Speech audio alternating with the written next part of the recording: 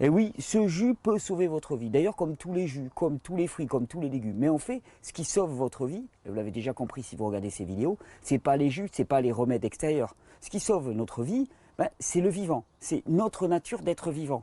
Ça, on a oublié de le dire, j'insiste lourdement là-dessus. On a oublié de nous le dire. Il y a une différence fondamentale entre une machine, un être non vivant et un être vivant. Qu'est-ce que c'est que la vie? La vie, par essence, c'est la capacité à la régénération. C'est la capacité à l'auto-réparation. C'est cette fameuse loi de l'homéostasie qui veut que tout système vivant revient spontanément à son point d'équilibre, de pleine santé, d'épanouissement. Si ça, c'est pas une bonne nouvelle, mais ça, on ne te l'avait pas dit. Non, on ne te l'avait pas dit. On t'avait dit, bon, machine, humain, non, mais c'est pareil. Non, non, tout être vivant revient spontanément à l'état d'équilibre, en l'absence de perturbations. Et c'est ça le jeu, c'est d'arriver à cibler ces fameuses perturbations. Et pour revenir à cet état d'équilibre, il fait comment l'organisme, le corps humain en l'occurrence? Ben, il puise dans son environnement les éléments qui lui permettent de revenir à ce fameux état d'équilibre. Il puise dans son environnement, au sens le plus large du terme, les nourritures, au sens le plus large du terme, qui lui permettent de construire sa propre matière. Et ça, on l'avait oublié. Non mais, parce que t'as les écolos et ainsi de suite qui te disent non mais il faut faire gaffe à l'environnement, et toi tu te dis ouais ils sont gentils, cucu les petits oiseaux, moi l'environnement à la limite ça me concerne pas. Mais t'as oublié un truc, c'est que ta matière, ton être se nourrit de ton environnement. La fameuse loi de l'homéostasie qui te permet de te reconstruire et de te régénérer, où est-ce qu'elle prend ses matériaux? Où est-ce qu'elle prend ses briques? Elle prend ses briques dans son environnement. Si tu vis dans un environnement de MERDE, les matériaux que tu as pour te reconstruire, c'est de la MERDE. Tu te demandes, est-ce que tu te demandes un petit peu comment ça se fait qu'on soit aussi déprimé, désespéré, hein, qu'on soit autant des consommateurs d'anxiolytiques, de stimulants, de drogues, d'alcool? Mais regarde l'environnement dans lequel on vit. Je te parle même pas de pollution, et ainsi de suite, mais regarde ça, des murs de béton, de l'asphalte, il n'y a pas de forêt, il n'y a pas de verdure, il n'y a pas d'animaux, il y a un air qui n'est pas pur, il y a une eau qui n'est pas pure. Le corps, qu'est-ce qu'il va chercher comme matériau? Tu vis en pleine forêt avec un air qui est brassé, chargé d'oxygène, chargé d'ions négatifs, hein, tu bois une eau de qualité, tu as une alimentation simple, sobre et dense au niveau nutritif, le corps il va avoir les meilleurs matériaux pour se reconstruire.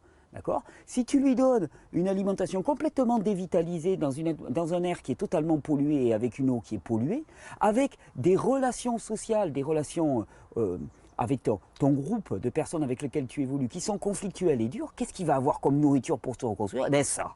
Et il fera ce qu'il peut avec cette donnée-là. De toute façon, à tout moment, le corps humain se régénère pour tout le monde.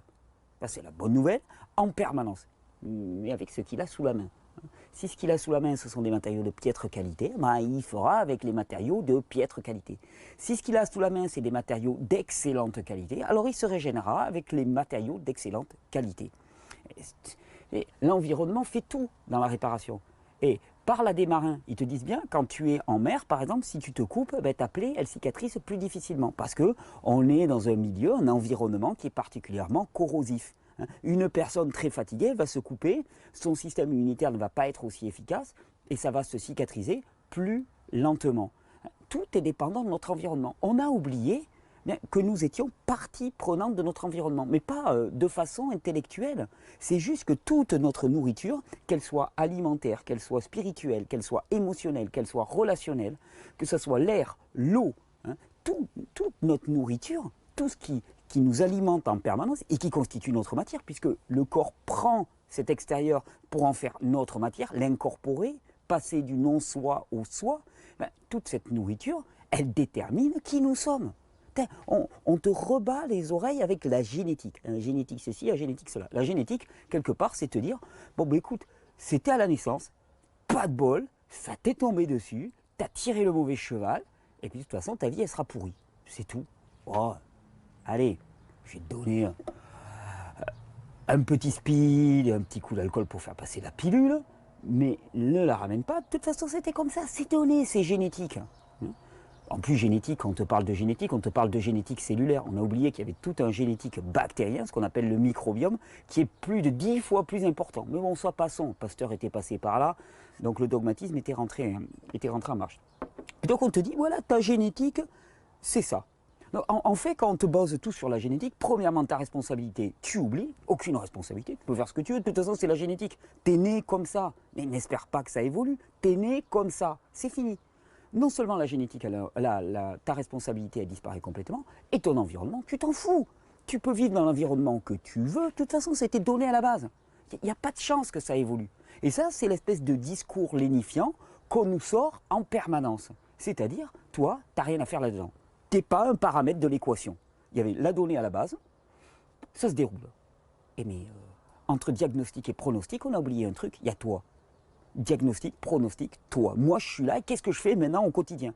Comment est-ce que j'infléchis un petit peu cette fameuse génétique? On sait très bien que la génétique ne s'exprime que dans un environnement. Il est comment, ton environnement? Tu veux connaître le problème? Regarde dans ton environnement. Et sors la tête par ta fenêtre. Oui, c'est une vraie phrase, ça. Sors la tête par ta... Ouais, sors la tête par ta fenêtre, ça me faisait bizarre comme phrase. Sors la tête par ta fenêtre et regarde autour de toi. Regarde un petit peu les gens avec qui tu vis. Regarde le métier que tu fais. Mais je ne te dis pas de le jeter, ou regarde-le. Observe-le avec honnêteté. Regarde ce que ça te donne comme joie, comme épanouissement. Regarde ce que cette nourriture t'apporte. Est-ce que c'est une nourriture qui t'apporte de la vie ou est-ce que c'est une nourriture qui est complètement dévitalisée? Comment tu veux construire des tissus sains à partir d'un truc qui est emballé, qui a plus de 8 mois d'espérance de vie en boîte? Mais attends, s'il y avait de la vie là-dedans, ça ne pourrait pas rester 8 mois enfermé dans une boîte. Prends des fruits et des légumes, tu les mets dans une boîte fermée, laisse-les 8 mois et tu vas voir ce que tu vas retrouver à la fin. Ça sera complètement digéré, ça sera une espèce de boue, hein, qui aura été une espèce de culture bactérienne, hein, parce qu'il y a de la vie là-dedans. Un truc qui reste 8 mois en sachet ou même 2 semaines, 3 semaines sans bouger, c'est pas bon signe, les gars. Ça sent le macabé, ça. Et ça, on l'a pas réalisé. Oh, ça n'a aucune importance. De toute façon, non, génétique, génétique. T'es né comme ça, ta vie sera pourrie. Pas de peau, dommage, mauvaise pioche. Et ça n'a rien à voir avec ça. Alors quand je te dis, ce jus peut sauver ta vie, ce jus, comme toutes les nourritures, peuvent sauver ta vie. Des nourritures qui sont adéquates. Alors ce jus, tu vas voir, il va être encore plus adapté. Parce qu'il va cibler le système digestif. Et c'est là que ça commence. C'est vrai que parmi toutes les nourritures de ce monde, une qui est particulièrement frelatée, particulièrement destructrice pour l'individu, c'est la nourriture para comer, hein, la nourriture alimentaire, ce qu'on mange au quotidien. Parce que ce qu'on mange au quotidien, on s'en envoie des kilos et des kilos et des kilos. Des kilos d'une nourriture qui est privée de micronutriments, qui n'est pas dense nutritionnellement parlant, d'une nourriture qui est dévitalisée, d'une nourriture qui contient énormément d'additifs, d'une nourriture qui est traitée aux pesticides. Mais fais la liste. Je veux dire, il faut vraiment qu'on soit simplé pour s'être fait balader à ce point-là. Pour se dire en permanence, on va se balancer des additifs, des pesticides, une nourriture qui n'a plus de micronutriments, de minéraux, de vitamines, et être en bonne santé avec ça. Mais c'est ça la différence. C'est quoi le gros changement qu'il y a eu au cours du XXe siècle? C'est ça, c'est de passer d'une agriculture et d'une économie rurale avec des produits locaux, hein, avec beaucoup de végétaux cultivés localement de saison sur des terroirs relativement riches, à des sols totalement appauvris, à une nourriture extrêmement transformée, à une antibiothérapie qui finissait de tuer les pauvres petites bactéries qui passaient dans le coin, celles qui avaient rescapé. C'est ça le gros changement. Et la catastrophe, tu sais, on parle toujours de la catastrophe de la Seconde Guerre mondiale. Je pense que la pire catastrophe de la Seconde Guerre mondiale, et tout égard gardé à la catastrophe et à la monstruosité qui a eu lieu pendant la Seconde Guerre mondiale, la catastrophe, elle a continué après. La catastrophe, elle a été d'un tout autre ordre après. C'est l'introduction des engrais de façon massive dans l'agriculture et c'est l'introduction des antibiotiques. Cette véritable lutte contre le vivant. La lutte contre le vivant, elle a eu lieu pendant la guerre, elle a continué après. Et ce sont des millions et des millions et des millions de victimes et qui continuent. Et les enfants qui naissent maintenant, ils sont dans quel état? Regarde, hein, allergiques, hein, immunodéficients, avec des cancers, avec des troubles du comportement. Le monde bactérien crie sa douleur parce qu'il nous faut du vivant. Et les jus, ouais, peuvent sauver ta vie.